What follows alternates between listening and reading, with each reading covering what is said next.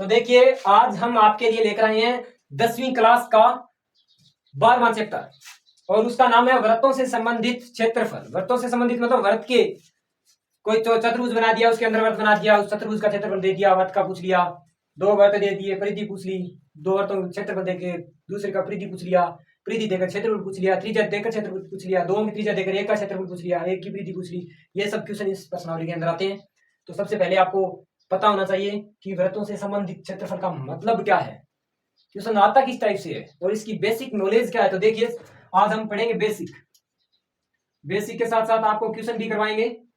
आज हम पढ़ेंगे इसका बेसिक रूप क्या होता है। बेसिक रूप क्या होता है, देखिए पहले आपको ये मालूम होना चाहिए, एक सिंबल एक ही नाम लेते हैं वर्त। सबसे पहले अपन वर्त के बारे में पूरा अध्ययन करेंगे, उसके बाद हम वर्त से संबंधित क्षेत्रफलों का अध्ययन करेंगे। तो सबसे पहले हम अध्ययन करते हैं वर्त का।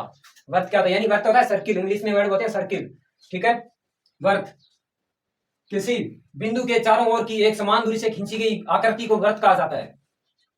किसी समान कोई बिंदु से समान दूरी पर लिए गए चारों ओर खींची गई आकृति या लाइन या परिधि को वर्त कहते हैं, ठीक है। तो सबसे पहले एक बिंदु है केंद्र, इसको केंद्र मान के हम चारों तरफ क्या खींचते हैं, एक वर्त खींचते हैं। यही मैंने आपको बताया कि वर्त यही होता है।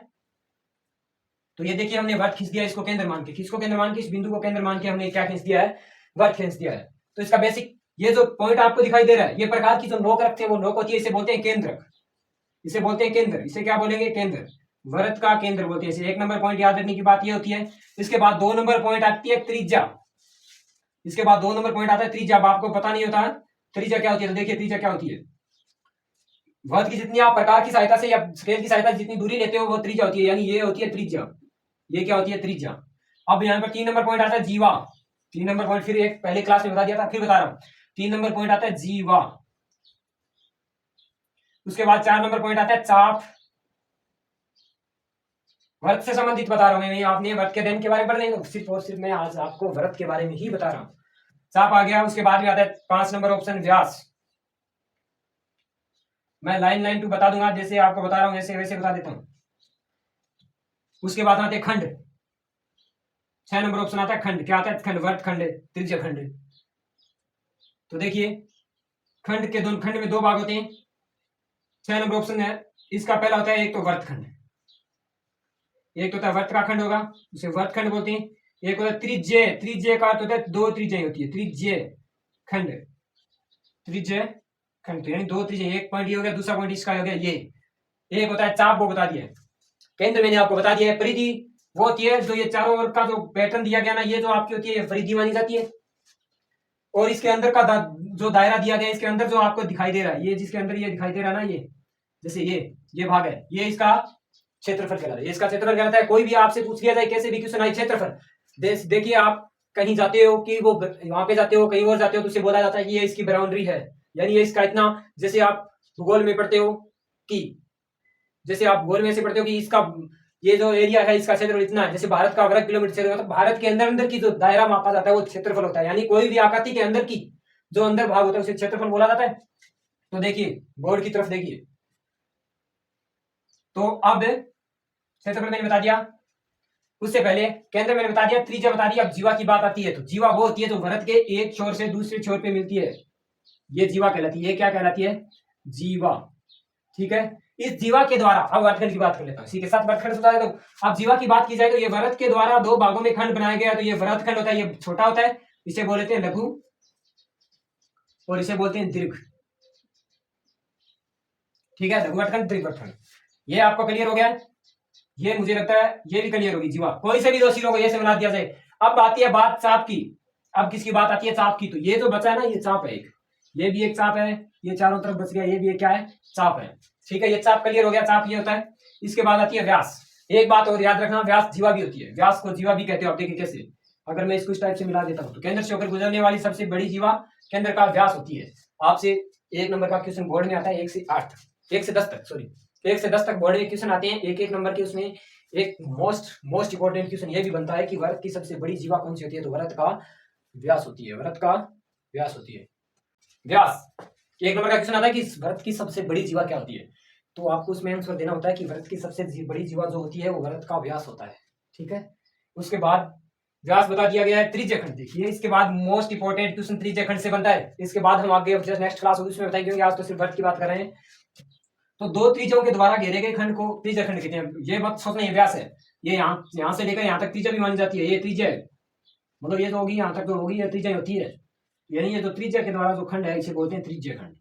ये त्रिज्या खंड है, ये भी त्रिज्या खंड है, ये एक त्रिज्या खंड है, ये भी एक त्रिज्या खंड है। समझ में आ गया? तो आज हमने आपको ये क्लियर कर दिया, त्रिज्या खंड क्या है, वृत्तखंड क्या है, जीवा क्या है, चाप क्या है, व्यास क्या है, वृत्तखंड और केंद्रखंड सब कुछ बता दिया। अब आप चलिए नेक्स्ट क्वेश्चन किस टाइप से आता है, वृत्त के माध्यम से। एक 2 नंबर का क्वेश्चन आता है वृत्त के माध्यम से, तो देखिए किस टाइप से आता है। अब यहां से देखिए वृत्त के बारे में, वृत्त का क्षेत्रफल भी पूछा जाता है, वृत्त की परिधि भी पूछा जाता है। तो सबसे पहले आपको याद करना ही पड़ेगा वृत्त का क्षेत्रफल। वृत्त का क्षेत्रफल, वृत्त के क्षेत्रफल का फॉर्मूला होता है, इसमें त्रिज्या 2 3 4 बार पूछे थे, पाई आर स्क्वायर होता है। और वृत्त की यहीं पर बात की जाए, वृत्त की परिधि, वृत्त की परिधि, वृत्त की परिधि की बात की जाए या परिमाप, परिधि या परिमाप दोनों एक ही चीज होते हैं। परि चारों ओर के जो माप को बोला जाता है, जैसे आप कोई खेत में जाते हो, कोई मकान में देखते हो, तो जो मकान की बाउंड्री होती है बाहर की चारों तरफ की, उसे दीवार बोलते हैं। वो दीवार उस मकान का परिधि वह परिमाप होता है। वो मकान उस दीवार की जो दीवार, मकान की जो दीवार है वह परिधि वह परिमाप होती है। उसी टाइप ये जो वृत्ताकार खेत है, ये जो वृत्त की चारों तरफ जो लाइनें दिखाई दे रही है ना, ये चारों ओर वाली, ये इसका परिमाप और परिधि भी बोला जाता है। तो परिधि होती है 2 पाई आर, 2 पाई और आर। इसमें परिधि में एक ही क्षेत्रफल की त्रिज्या दी जाती है। 2 होते हैं खंड, तो 2 होगी पाई और 1 हो गया आर। अब इसमें देखिए एक प्रकार से फर्स्ट क्वेश्चन ये बनता है आर देकर, त्रिज्याएं देकर। पहला क्वेश्चन ये बनता है कि त्रिज्याएं देकर क्षेत्रफल और जो भी पूछा जाता है। देखिए आपको 7 सेंटीमीटर त्रिज्या दी हो, अगर 7 सेंटीमीटर त्रिज्या दी हो तो ये दे दिया जाए कि क्वेश्चन है कि किसी वृत्त की 7 सेंटीमीटर त्रिज्या है, तो वृत्त का क्षेत्रफल व परिमाप ज्ञात करें। क्वेश्चन क्या है कि वृत्त की परिधि व क्षेत्रफल ज्ञात करें। यदि उसकी त्रिज्या 7 है, 21 है, 42 है, 23 है, 3.5 है, 32 है, जो भी है त्रिज्या लेनी है। तो देखिए क्या करना होता है, त्रिज्या रेडियन होता है, त्रिज्या को रेडियन आर से भी रिप्रेजेंट किया जाता है, व्यास को डी से भी रिप्रेजेंट किया जाता है। त्रिज्या आर होती है तो आर का मान आपको 7 सेंटीमीटर दिया इस क्वेश्चन के अंदर। तो आप अब पहले क्षेत्रफल ज्ञात करें। तो देखिए क्षेत्रफल का फॉर्मूला लिखेंगे, क्षेत्रफल का फॉर्मूला वैसे बोर्ड पे लिखा है, फिर भी मैं क्षेत्रफल लिख देता हूँ, पाई आर स्क्वायर होता है। तो यहाँ से पाई का मान, और एक बात बता देता हूँ, पाई का मान क्वेश्चन में जब तक नहीं बोला जाए तब तक आपको लेना होता है 22/7। पाई का मान क्या लेना होता है, 22/7। अगर क्वेश्चन में बोल दिया जाए कि पाई की जगह आपको लेना है 3.14, ये दोनों मान होते हैं पाई के, 3.14 और 22/7। ये बात क्लियर है। अब देखिए पाई का मान इसने कुछ नहीं बोला, तो आपको जब तक नहीं बोला जाए तब तक मैंने कहा 22/7 लेना है। तो 22/7 ले लिया। आर पावर का मतलब होता है 2 बार गुना करना, आपस में 2 बार गुना करना होता है। पावर का होता है 2 बार एक ही संख्या को गुना करना होता है। तो आर का 2 बार गुना करेंगे। यहाँ पे आर का मान आपको 7 दिया है, आर की जगह आप क्या रख सकते हो, 7 रख सकते हो। तो मैंने 7 रख दिया। अब जहां से कटता है तो काट लेते हैं। 22 को 7 से 7 काटते हैं, तो 22 को 7 से गुणा करें। तो देखिए 22 को 7 से गुणा करने पर आंसर जो आता है 22 आता 154, 22 आता 154 सेंटीमीटर की स्क्वायर, सेंटीमीटर की स्क्वायर। क्योंकि आपकी भुजा किसमें दिया, सेंटीमीटर। अगर मीटर में दिया होता मीटर की स्क्वायर लगाते हैं। वर्ग क्षेत्रफल जो हमेशा आता है वो वर्ग से, ये नहीं जाता कि वर्ग फुट, वर्ग किलोमीटर, इतने किलोमीटर के दायरे में हम बात तय करने जा रहे हैं, इतने किलोमीटर की हम बात कर रहे हैं, तो वो वर्ग होता है। क्षेत्रफल होता है सेंटीमीटर की स्क्वायर में आता है, मीटर वर्ग में आता है। तो ये इंग्लिश वर्ड ऐसे आप ऐसे भी लिख सकते हो, वर्ग सेमी। एक इसका हिंदी में नाम होता है वर्ग सेमी, ये भी आप लिख सकते हो वर्ग सेमी। अब क्षेत्रफल ज्ञात कर दिया। अब आपको ज्ञात करके सिखाएंगे परिधि। परिधि, परिधि का फॉर्मूला होता है 2 पाई आर। परिधि होती है 2 पाई आर। तो परिधि 2 पाई आर, 2 का 2 रहेगा, पाई का मैंने जब तक नहीं बोला तब तक 22/7 लेंगे, और आर का मान आपको 7 दिया, तो 7 से 7 काटते हैं, 22 दूना 44 सेमी। और एक याद रखना परिमाप क्यूब में आता है, लेकिन परिधि हमेशा जो दिया है, जो इकाई आपकी दी उसी के अंदर ही परिधि आती है। तो 1 नंबर का क्वेश्चन इस टाइप से बनता है, त्रिज्या देकर पूछ दिया जाता है। लेकिन अब देखिए नेक्स्ट क्वेश्चन किस टाइप से आता है। तो नेक्स्ट क्वेश्चन बोर्ड की माध्यम से ये बनता है कि त्रिज्या खंड का क्षेत्रफल ज्ञात करें, वृत्तखंड का, वो तो हम आपको नेक्स्ट क्लास में बताएंगे। इससे पहले और भी क्वेश्चन बनते हैं कि 2 वृत्तों की त्रिज्या क्रमशः ये दी गई है तो उसका क्षेत्रफल ज्ञात कीजिए। 2 वृत्तों की त्रिज्या ये दी है, तीसरा उसी त्रिज्याओं को मिलाकर एक वृत्त बनता है, उसका क्षेत्रफल ज्ञात कीजिए। तो देखिए क्या करेंगे, जैसे मैं क्वेश्चन बोल देता हूँ, बोर्ड पे लिखना है तो देखिए मैं बोर्ड पे लिख ही देता हूँ ताकि समस्या न हो।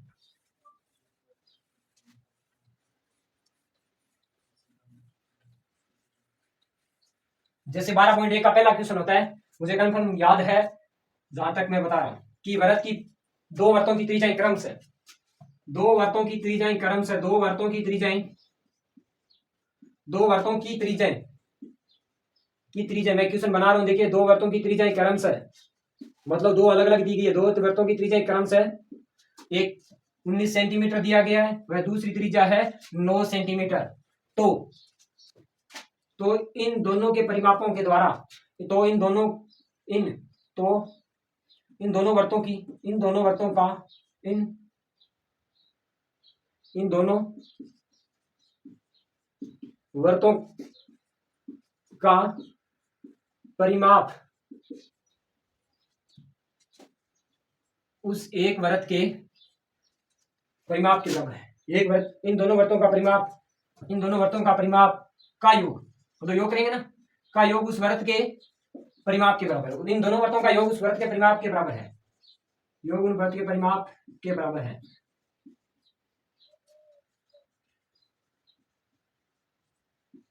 उस वृत्त के परिमाप के बराबर है। तो उसकी त्रिज्या ज्ञात करें। तो उसकी त्रिज्या ज्ञात करें। क्वेश्चन ये है, देखिए क्वेश्चन क्या है, दो वर्तों की त्रिज्या क्रमशः 19 व 9 सेंटीमीटर है। यानी दो वर्तों की त्रिज्या क्रमशः 19 व 9 सेंटीमीटर है और उस दो वर्तों का परिमाप यानी परिधि का योग उस जो नया वर्त बनने वाला है उसकी परिधि के बराबर है। तो उसका क्षेत्रफल ज्ञात करने की बजाय उसकी त्रिज्या ज्ञात करनी है। देखिए क्या करेंगे, दो कंडीशन दी है। एक तो फर्स्ट कंडीशन है, इसके बाद एक सेकंड कंडीशन ये दिया है और एक इसके बाद एक थर्ड कंडीशन भी दी गई है। दो तीन कंडीशन ये हो गई, क्योंकि इन दोनों वर्तों के योग का परिमाप, दोनों का परिमाप, दोनों के दो के मतलब दो जो वर्त है, दो के परिमाप बराबर है उस एक का परिमाप, उस एक का परिमाप। ये क्वेश्चन फर्स्ट है, फाइनल कंडीशन। फर्स्ट में कंडीशन में देखिए, उसने फर्स्ट कंडीशन में आर का जो मान आपको दिया है वो 19 सेंटीमीटर है। सेकंड कंडीशन में उसने आर का जो मान दिया है वो आपके पास है 9 सेंटीमीटर। तो वर्त का परिमाप, तो वर्त का परिमाप यानी परिधि 2 पाई आर होगी इसकी, और इसी की भी क्या होगी 2 पाई आर। दोनों की दो कंडीशन चल रही है, इधर हो जाएगी, तीन कंडीशन हो जाएगी। ठीक है, तीनों अलग अलग समझा देता हूं और जोड़ करके इसके बराबर रख देंगे तो उत्तर आएगा। देखिए तो इसका परिमाप क्या होगा, इसकी परिधि क्या होगी 2 पाई आर 1 या 1 मान ले या जो भी है, इसको बड़ा आर मान लेते हैं आप इसको बड़ा आर मान लें ताकि करने में तकलीफ न हो। ठीक है। तो देखिए यहां से वही करना है, 2 का 2 रहेगा, पाई अभी आप नहीं हटाना क्योंकि इसमें पाई है, उसमें पाई भी रहेगा ना, ताकि इसमें पाई नहीं करना न हटा सके। पाई R1 का मान आपको 19 दिया गया है, 19। ठीक है, 19 ये गुणा में है तो गुणा का निशान लगा दें। इसी में इसी तरह करेंगे 2 इंटू पाई इंटू 9। अब संख्याओं का संख्या गुणा से करें, 9 2 18, 9 2 18 पाई सेमी, ये परिमाप आ गया। इसका हो गया 19 2 38, 19 2 कितना होता है 19 2 38 होता है, 19 2 कितना होता है 38 पाई सेमी। ठीक है, ये दोनों का आ गया। अब उसने लास्ट कंडीशन क्या है, इनका योग करते हैं, इनका योग करना है। तो फर्स्ट का योग प्लस सेकंड का योग, तो देखिए परिमाप, फर्स्ट का परिमाप है, एक का 19 पाई है, एक का 38 पाई है, कोई दिक्कत नहीं, आगे पीछे जोड़ देना। इन दोनों को जोड़ने के बाद आता है, देखिए 8 8 16 1 17 हो गया। लेकिन आपको 19 पाई था ही नहीं, आपके पास तो 18 है ना, तो आप 18 नहीं 18 बता नहीं सकते क्या, ओ सॉरी, मतलब 38 पाई आ गया, एक का 19 पाई आ गया। इन दोनों का योग करेंगे, एक 18 पाई है, एक का 38 पाई है। तो देखिए इन दोनों को जोड़ेंगे तो कितना होता है 18 और 38 कितना, 8 16 1 पाई 2 और 1 3 5 56 पाई हो गया। ये फाइनल रिजल्ट है इसका। देखिए दोनों वर्तों का परिमाप, दोनों वर्तों के योग का परिमाप कितना है 56। तो यहाँ पर आप 56 पाई रख दें और उसने बोला किस परिमाप के बराबर है, इसकी आप मान लें 2 पाई R1 या R मान लें, R वो तो हल कर चुके हैं अपन। तो देखिए यहाँ से 2 गुणा में आगे जाके किसी में होगा भाग में, लेकिन आपको सिर्फ R चाहिए ना, तो पाई को भी आप आगे ट्रांसफर कर दे, दिक्कत क्या होती है। तो देखिए R आपको सिर्फ R चाहिए, तो 56 पाई तो यहाँ पहले ऑलरेडी था। अब ये देखिए इसके गुणा में, जो गुणा में संख्या, जो मल्टीप्लाई में संख्या, तो बराबर जाके भाग में होती है। तो देखिए ये भाग में हो जाएगा, ये क्या हो जाएगा भाग में हो जाएगा। तो यहाँ पे 2 पाई जो है वो भाग में आ जाएगा, पाई से पाई काट देंगे, 56 को 2 से काटते हैं तो 5 में 2 का भाग देते हैं तो 2 2 4 आता है, 8 2 16 आता है। तो यानी R का जो मान है वो आ गया। अतः उसकी त्रिज्या कितनी आ गई है, उस वृत्त की त्रिज्या कितनी आ गई है, उस वृत्त की त्रिज्या आपने ज्ञात कर दिया 28 सेंटीमीटर। उस वृत्त की त्रिज्या आपने ज्ञात कर दिया 28 सेंटीमीटर। दूसरा क्वेश्चन ये बनता था। अब देखिए तीसरा क्वेश्चन, दो वर्तों के द्वारा बता दिया गया। अब क्षेत्रफल अनुपात पूछ लिया जाए तो देखिए कैसे करेंगे। देखिए इसी टाइप से नेक्स्ट क्वेश्चन वर्ड की दृष्टि से इंपॉर्टेंट कैसे, देखिए दूसरा क्वेश्चन, दो वर्तों की त्रिज्याएं क्रमशः 8 6 है, तो उस वृत्त की त्रिज्या ज्ञात कीजिए जिसका इन वर्तों के क्षेत्रफल का योग हो। तो देखिए दो वर्तों की त्रिज्या, तो माना त्रिज्या, माना पहले की त्रिज्या, पहले व दूसरे की त्रिज्या है, वह दूसरे की त्रिज्या।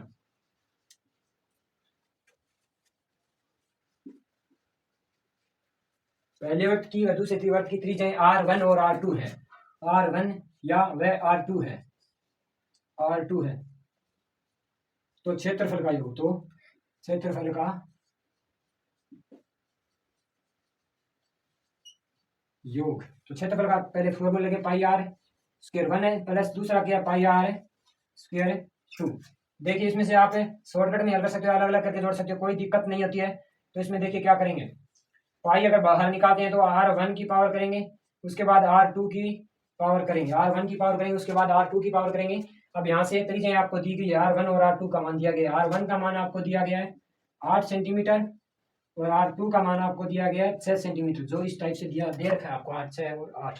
ठीक है, तो यहाँ पर आप पाई का पाई रहने दें, 8 और 6 को क्या कर देंगे, पावर करके जोड़ देंगे, 8 और 6 प्लस 6 की पावर करके जोड़ देंगे, बराबर का निशान लगा देंगे। पाई का पाई रहने दें, 8 की स्क्वायर 64 होती है और 6 की स्क्वायर 36 होती है। ठीक है, तो यह तकरीबन जोड़ेंगे तो लगभग 100 पाई हो गया। कितना हो गया, 100 पाई सेंटीमीटर की स्क्वायर आ गया। अब नए वृत्त की त्रिज्या मान लेते हैं R है, नए वृत्त की त्रिज्या, नए वृत्त की त्रिज्या, नए वृत्त की त्रिज्या, नए वृत्त की त्रिज्या बड़ा R मान लेते हैं और बड़े R का क्षेत्रफल देखिए, इसने क्या दिया, इन दोनों वृत्तों का क्षेत्रफल का योग उसके बराबर है, यानी इसका क्षेत्रफल क्या होगा, पाई R की स्क्वायर, और इन दोनों का योग कितना है 100, ये किसके बराबर है, 100 पाई के बराबर है। तो यहां से देखिए R की पावर रहने दें, पाई गुणा में आगे जाके किस में होगा, भाग में, 100 पाई के भाग में क्या हो गया, पाई, तो यानी पाई से पाई काट देंगे, R की पावर के बराबर आपने ज्ञात कर दिया कि 100 है। अगर R की पावर आप यहाँ से हटाते हो तो ऊपर आगे मैंने बताया था, बहुत बार वीडियो में बता चुका हूँ, R और अगर आप हटाते हैं तो आप यहाँ पे रूट लगाना पड़ता है। रूट को आप इस तरह से हल कर सकते हो कि 10 × 10 को 100 लिखते हैं, और रूट में अगर डबल संख्या में सिंगल संख्या बाहर आती है तो R का मान जो आपने ज्ञात किया हुआ है 10 सेंटीमीटर। अतः उसकी त्रिज्या कितनी आता है, उसकी त्रिज्या कितनी आ गई, अतः R, बड़े R का मान है वो 10 सेंटीमीटर आ चुका है। अब देखिए ये क्वेश्चन हल हो गया। अब आपको नहीं आता है तो देखिए इसका मैं रूट निकालना सिखाता हूँ, छोटी से छोटी और बड़ी से बड़ी संख्या दी हो तो देखिए रूट निकालने का तरीका एक छोटा सा नॉर्मल फर्ज है, बता देता हूँ। तो देखिए 100 का रूट कैसे निकालेंगे, 100 का रूट निकालने का तरीका, दो डबल डबल सिंबल बनाते हैं, डबल डबल सिंबल बनाएंगे। अब इसमें क्या होता है, यहाँ पर वो संख्या लेनी है जो इस एक से छोटी होती है, एक एकम एक होता है। ठीक है, इन दोनों का पावर 2 हो गया। ठीक है, 100 का रूट निकालना सिखाता हूँ। देखिए तो क्या होता है, एक एक में से एक बनाने के बाद 0 बचता है। यहाँ पे कौन सी संख्या लूँ कि 0 हो जाए, 0 ले लेते हैं, 0 हो जाए, 0 से कोई संख्या गुणा करें, 0 0 हो गया ना, तो यानी पहले आपने 1 लिया था, उसके बाद आपने 0 लिया था, यानी 100 का रूट कितना होता है, 10 होता है। इसी तरह आप कोई सी भी संख्या निकाल सकते हैं। अब मिलेंगे अपन नेक्स्ट क्लास में त्रिज्याखंड वर्तखंड को जानने के लिए। आगे देखिए हमारी नेक्स्ट क्लास को कैसे त्रिज्याखंड का क्षेत्रफल ज्ञात करते हैं, कैसे वर्तखंड का ज्ञात करते हैं, तो देखिए हमारे अगले वीडियो को।